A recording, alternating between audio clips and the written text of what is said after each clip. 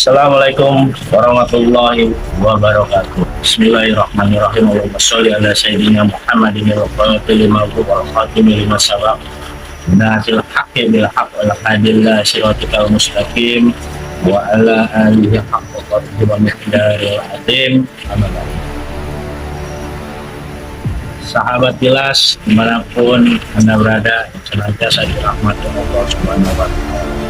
Puji dan syukur kehadirat Allah Subhanahu wa Ta'ala yang mana telah mencurahkan dan melimpahkan nikmatnya kepada kita semua, wabil khusus nikmat iman, Islam, dan juga nikmat sehat walafiat. Saya doakan kepada sahabat Pilas dimanapun Anda berada, semoga senantiasa dimudahkan segala urusannya, dilancarkan usahanya, dan dimurahkan rezekinya. Yang penting diberikan keberkahan, keselamatan dunia,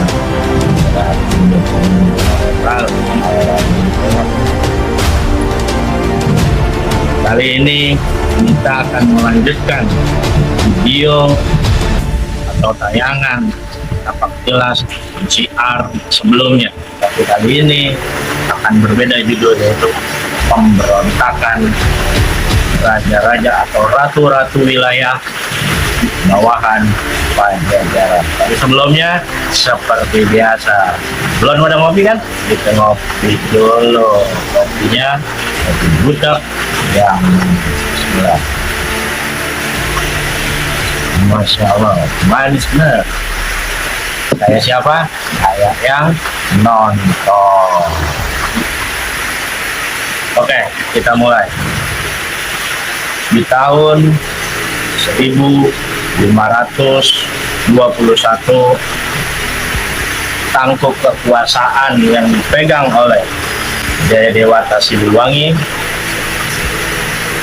diturunkan kepada sang putra mahkota, yaitu Prabu Surawisesa atau Mahaprabu Sangyang Surawisesa, yang sebelumnya dia menjadi adipati di Sunda Kelapa setelah Adipati Keranda, ayah dari Surakerta yang menjadi adik ipar dari Surawisesa bersama putri Surawati. Nah, kalau di masa Prabu Siliwangi, semua raja-raja bawahan tidak ada yang memberontak. Mungkin banyak pertimbangan pada saat itu. Selain dengan kekuatan dan kebesaran nama dari kerajaan Pajajaran dan juga nama Sang Prabu Jayadewata, apalagi terkenal dengan kesaktiannya, mungkin pada saat itu ratu-ratu di bawah kekuasaan Pajajaran tidak ada yang memberontak. Tapi lain halnya ketika tangkuk kekuasaan kerajaan Pajajaran dipegang oleh anaknya, yaitu Sang Prabu Sangyang Surawisesa. Tercatat ada 16 ratu yang menyatakan atau mendeklarasikan diri ingin melepaskan diri dari kerajaan Pajajaran. Nah, siapakah ratu-ratu yang ingin melepaskan atau raja-raja wilayah bawahan Pajajaran yang ingin melepaskan dari kekuasaan atau melepaskan diri dari kerajaan Pajajaran? Karena banyak, saya nyontek dikit, nggak hafal ya. 16 ratu pemberontak Pajajaran. Yang pertama ada Kiai Arya Baroh dari Kelapa Dalam atau Kelapa Kulon. Nah, Kiai Arya Baroh ini adalah yang sudah saya ceritakan di video sebelumnya. Ini pun sebenarnya masih ipar dari Adipati Wirakerta, Adipati Sunda Kelapa, ya, Wirakerta. Ya, dia yang mengawini anak perempuan dari Adipati Keranda, ya, yang berasal dari Sumatera bagian utara. Nah, karena memang dia juga yang memboyong para ulama-ulama dan saudagar-saudagar, juga para pengungsi dari Malaka ketika Malaka itu diduduki atau di bawah cengkraman Portugis.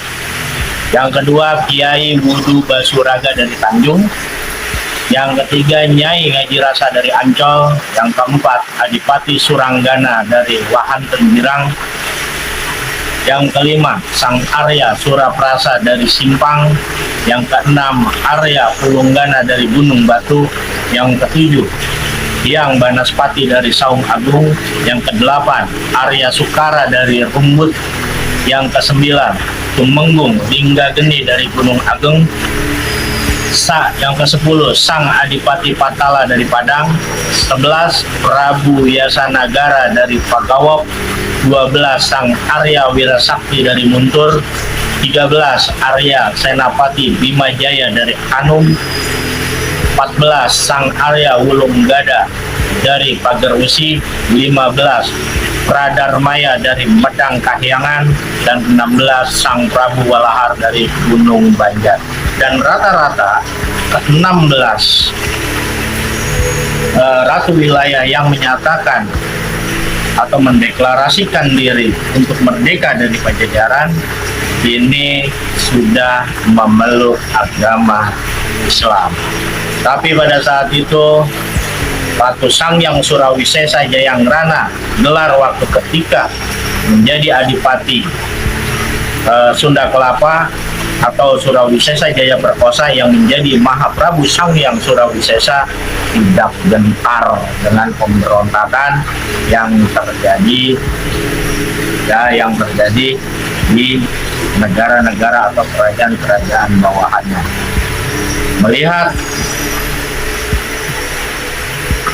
suasana politik yang begitu memanas, Sang Prabu Surawisesa mengumpulkan para pati dan senopati, juga para panglima perang, juga memanggil para ratu-ratu wilayah atau raja-raja wilayah yang masih setia kepada Pajajaran untuk menyatakan dan segera menundukkan wilayah-wilayah yang ingin memberontak kepada Pajajaran. Dan dimulailah pergerakan pasukan yang besar dari Pajajaran di bawah perintah Mahaprabu Sangyang Surawisesa pada tahun 1522 Masehi atau 1444 Saka, menggempur satu persatu 16 kerajaan yang menyatakan ingin memberontak kepada Pajajaran. Dan pertempuran ini tidak dapat dihindarkan dan berlangsung selama 3 tahun selamanya, yang akhirnya semua kerajaan atau wilayah yang ingin memberontak kepada Pajajaran berhasil ditundukkan oleh pasukan dari Prabu Sangyang Surawisesa. Tapi sebagian besar juga ada yang melarikan diri ke Cirebon, tapi pasukan dari Pajajaran pada saat itu tidak mau mengejar sampai ke wilayah Cirebon, karena pada saat itu Cirebon dijaga oleh angkatan bersenjata yang dengan kekuatan sangat besar, yaitu dari Kerajaan Demak. Dan pada saat itu Cirebon dipimpin oleh Kanjeng Sinuhun Sesari Hidayatullah yang notabene-nya adalah anak dari Nyai Mas Ayu Rara Santang, anak dari Nyai Subang Larang, istri dari Prabu Jaya Dewata Pamanarasa Siliwangi. Oke, sahabat Kilas, ya ceritanya sampai di sini dulu. Ikuti terus tayangan-tayangan perjalanan, kisah-kisah dari Tapak Kilas dan siar YSPP Official. Mudah-mudahan kita senantiasa diberikan kesehatan, ya baik lahir maupun batin, sehingga kita bisa berjumpa kembali dalam tayangan Tapak Kilas dan siar Indonesia. Yang terpenting, jaga terus kesehatan, jangan galau di tengah kesulitan, yakin akan selalu ada kemudahan selama selalu menjaga istiqoroh, nah istiqomah dalam mencari ridho Allah. Maju terus jalan yang lurus. Assalamualaikum warahmatullahi wabarakatuh.